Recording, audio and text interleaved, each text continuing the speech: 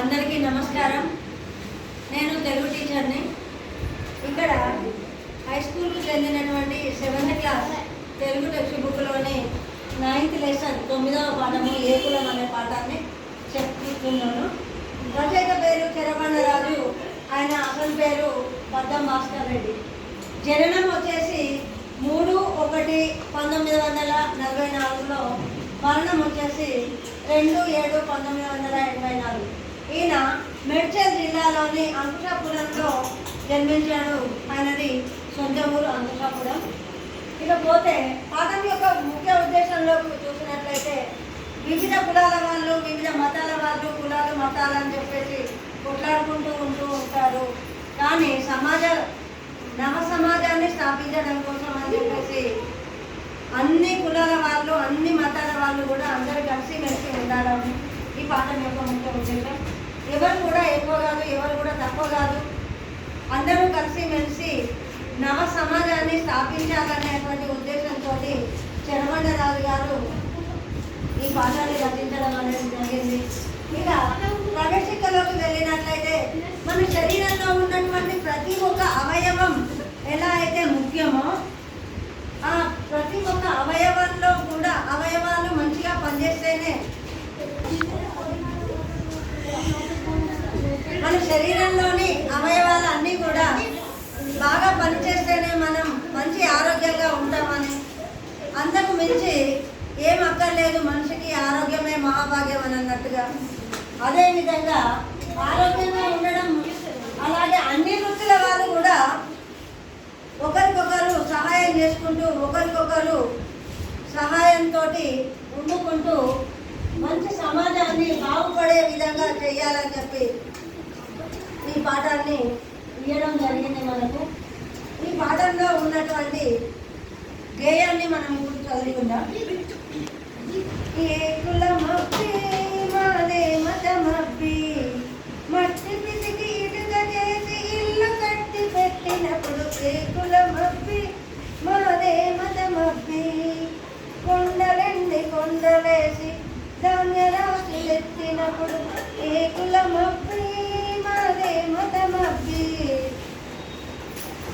పొగగొట్టాలై పేగులు కొలిగి సెగలు చిమ్మినప్పుడు, దగ్గులతో క్షీణిస్తూ గుట్టలు తవ్వినప్పుడు, మాడు చెక్కలే తింటూ మాగాణం తుల్లినప్పుడు, ఎండలలో కొండలపై విగ్రహాలు చెక్కినప్పుడు ఏ కులమబ్బి మాదే మతమబ్బి, పూజకు అందించి పూల బుట్టలల్లించినప్పుడు, రామకోటి రాసుకునే కాగితాలు చేసినప్పుడు ఏ కులమబ్బి మాదే మతమబ్బి, పశువు గొంతు కోసి మీకు చెప్పులు కుట్టించినప్పుడు, కూటికింత కూడు లేక కుండలు చేసిచ్చినప్పుడు ఏ కులమబ్బి మాదే మతమబ్బి, సన్యాసులై వస్తే క్షౌరాలు చేసినప్పుడు, మురికి గుడ్డలు దిగి మల్లె పూలు చేసి ఇచ్చినప్పుడు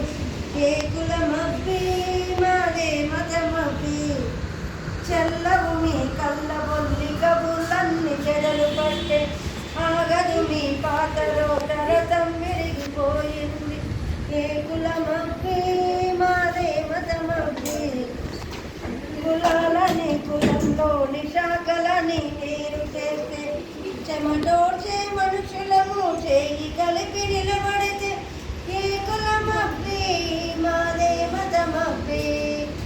ఈ విధంగా కవి యొక్క మనసులో ఉన్నటువంటి భావాన్ని మనకు ఇక్కడ చెప్పడం జరిగింది. మట్టి పిసికి ఇటుక చేసి ఒక బిల్డింగే కట్టి ఇచ్చేటువంటి, ఒక తాపే పని చేసేటువంటి కార్మికుడు ఇల్లు కట్టి ఇస్తూ ఉంటాడని, డొక్కలంటి కొండలు వేసి ధాన్య రాసులు ఎత్తినప్పుడు అంటే మొత్తము కడుపులో ఉన్నటువంటి పేగులు మొత్తం పొట్టకు అతుక్కొని పోయినప్పుడు, వెన్నుముకకు అంటుకొని పోయి ఉన్నప్పటికైనా కానీ ఆ రైతు చాలా కష్టపడి నిద్రకు వాసి, తిండికి వాసి, అన్నిటికి వాసి అన్నిటికీ ఓర్చుకొని ఎంతో కష్టపడి మనకు ధాన్య రాశులను ఎత్తించి మనకు తినడానికి తిండిని కల్పించేటువంటి రైతన్నను కూడా మనము ఎంతగానో గౌరవించాలనేటువంటి ఉద్దేశంతో ఇక్కడ చెప్పారు. పొగగొట్టాలై పేగులు కొలిమి సెగలు చిమ్మినప్పుడు, దగ్గులతో క్షీణిస్తులు బొగ్గుట్టలు తవ్వినప్పుడు, అంటే పొగగొట్టాలలాగా పేగులన్నీ మాడిపోయి ఉన్నప్పటికైనా కానీ కంసాలి అనేటువంటి అతను ఇనుప వస్తువులతోటి ఎన్నింటినో తయారు చేస్తాడు. ఇనుముతోటి ఎన్నో మనకు ఉపయోగకరమైనటువంటి వస్తువులను తయారు చేసి మనకు ఇస్తున్నటువంటి ఆయనకు కూడా గౌరవప్రదమైనటువంటి గుర్తింపు అనేది ఉండాలని. మళ్ళీ కంసాలి అంశలోళ్ళు అని చెప్పి అంటే తెలుసా, ఈ అంశలోళ్ళే మంచి బంగారు ఆభరణాలను బంగారంతో తయారు చేసేటువంటి ఆభరణాలను చేసి మన మనసుకు నచ్చే విధంగా చేసి ఇచ్చి మనల్ని సంతోషపెడుతూ ఉంటారు. వాళ్ళ శ్రమలో కూడా ఎంతో శ్రమ అనేది కలిగి ఉంది అనేటువంటి ఉద్దేశంతో మనకు ఇలా ఇవ్వడం జరిగింది. ఇక మాడు చెక్కలే తింటూ మాగాణం దున్నినప్పుడు, ఎండలలో బండలపై విగ్రహాలు చెక్కినప్పుడు, రైతన్న తను చేసేటువంటి పనిలో ఉన్నటువంటి ఏకాగ్రతతోటి తను తినబోయేటువంటి తిండిని కూడా గ్రహించడట. ఆ తినబోయేటువంటి తిండి మొత్తంగా మాడిపోయినప్పటికీ అదే మాడిపోయినటువంటి అన్నాన్ని తిని తను సంతోషంగా తను చేయబోయే పని మీద ఏకాగ్రత అనేది ఉంచుతాడట. ఎండలలో బండలపై విగ్రహాలు చెక్కినప్పుడు అన్నాడు. ఒక శిల్పి అనేటువంటి వాడు పెద్ద పెద్ద బండలను తీసుకొని వచ్చి ఎండనక వాననక అక్కడ ఏముంది అనేది కూడా తెలుసుకోకుండా ఆ ఎండలో కూర్చొని మంచి దేవతా విగ్రహాలను తయారు చేసి మనకు ఇచ్చి మనం పూజించేటువంటి దేవతామూర్తులుగా తయారు చేసి ఇస్తాడు. ఆ శిల్పి యొక్క గొప్పతనం కూడా చాలా ఉంది అని. పూజకు అందించి పూల బుట్టలన్నీ ఇచ్చినప్పుడు అన్నాడు.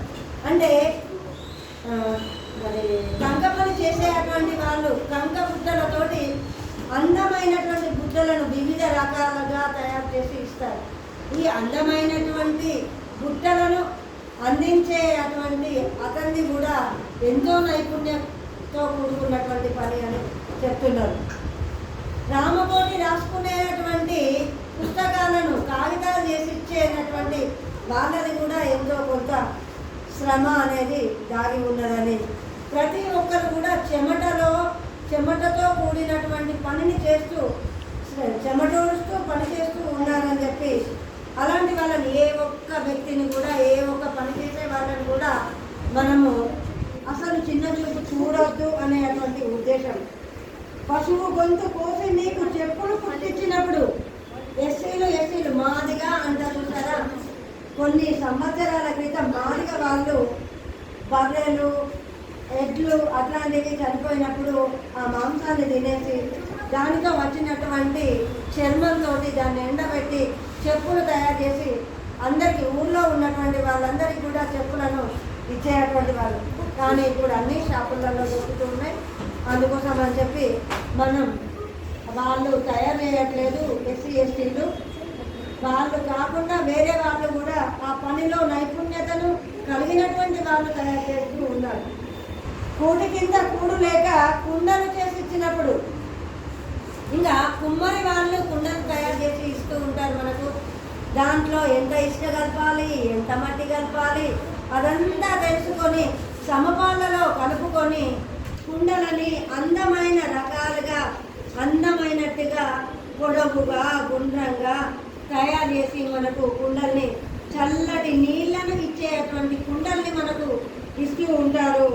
అంతేకాకుండా సన్యాసులై వస్తే క్షౌరాలు చేసినప్పుడు, ఇప్పుడంటే సెలూన్ షాపులు ఉన్నాయి నాన్న, అంతకుముందు సెలూన్ షాపులు లేవు. మంగళ వాళ్ళ ఇంటికి వెళ్ళి మనం పోయి కటింగ్ చేయించుకునే వాళ్ళం. అదేంటి గడ్డాలు కటింగ్ చేయించుకునే వాళ్ళం. కానీ వాళ్ళు బాగా పెరిగినటువంటి జుట్టుతోటి మంగళోళ్ళ దగ్గరికి పోయేది ఉంటే మనల్ని మొత్తం శుభ్రం చేసి ఇచ్చినప్పుడు కులం మతం అని చెప్పి అని అనలేదు కదా అని అంటున్నారు. మురికి గుడ్డలు ఉతికి మల్లె పూలు చేసి ఇచ్చినప్పుడు చాకలోళ్ళు పల్లెటూళ్ళలో రేవులలోకి తీసుకుపోయి ఇంటింటికి పోయి విడిచినటువంటి బట్టల్ని తీసుకొని వచ్చి రేవులోకి తీసుకొని పోయి మల్లెపూలలాగా తెల్లగా శుభ్రం చేసి వాటిని ఎండేదాకా చూసి ఆ ఎండిపోయినటువంటి బట్టలన్నీ తీసుకొని వచ్చి ఎవరింటికి తీసుకుపోవాలో వాళ్ళ ఇంటికే తీసుకుపోయి అప్పచెప్పి వచ్చేటువంటి చాకలోళ్ళు కూడా మనం ఎంతగానో గౌరవించాలని. ఇక చూడండి, చెల్లవు మీ కళ్ళ బొల్లి కబుర్లన్నీ చెదలు పడ్డాయి. ఇక మా కులమని మీ కులమని మీరు చెప్పేటువంటి మాటలు మేము నమ్మం. మీకు మాకు సమానమైనటువంటి హక్కు అనేది ఉన్నది. ఇక ముందు మీరు అలాంటి మాటలు మాట్లాడేది ఉంటే మేము అసలుకే ఊరుకోము అని అంటున్నారు. ఆగదు మీ పాతలో తరతం పెరిగిపోయినది. మీరు పాతకాలంలాగా అంత దూరాన ఉండేది ఉంటే నిలబెట్టి నీళ్లు చల్లే అటువంటి వ్యక్తులు ఉన్నటువంటి వాళ్ళు ఎక్కడికి ఉన్నా కానీ మీరు ఆలోచించే అటువంటి ఆలోచన అనేది తప్పు. అలా ఆలోచించొద్దు అని చెప్పి చెప్తున్నాడు. కులంలోని మతాలని వేరు చేస్తే, కులాలని మతాలని వేరువేరుగా చూసేది ఉంటే అసలుకే ఊరుకోమని. చెమటోడ్చే మనుషులము, కష్టపడి పనిచేసే అటువంటి వాళ్ళం మేము, కష్టపడి పనిచేస్తూ ఉన్నాం కనుక మీరు చెప్పేటువంటి మాటలు అసలుకే వినము. చేయి కలిపి నిలబడతాం అంటే అందరం, అన్ని కులాల వాళ్ళము అన్ని మతాల వాళ్ళము కూడా అందరం ఒకటిగా ఉండి ఐకమత్యంగా మాకు జరిగే అటువంటి న్యాయం కోసం అని చెప్పి నిలబడతాము. అందుకే సమసమాజం నిర్మిద్దాము అనేటువంటి ఉద్దేశంతో మతాలని కులాలని వేరు చేసుకోకుండా ఉండడం కోసం మీ అందరూ కూడా కులాల కోసమని మతాల కోసమని కొట్లాడద్దనే అటువంటి ఉద్దేశంతో అందరూ కష్టపడి పనిచేయాలనే అటువంటి ఉద్దేశంతో ఈ పాఠం చెరబండరాజు బద్దం భాస్కర్ రెడ్డి గారు మనకి పాఠాన్ని ఇవ్వడం జరిగింది. ధన్యవాదాలు.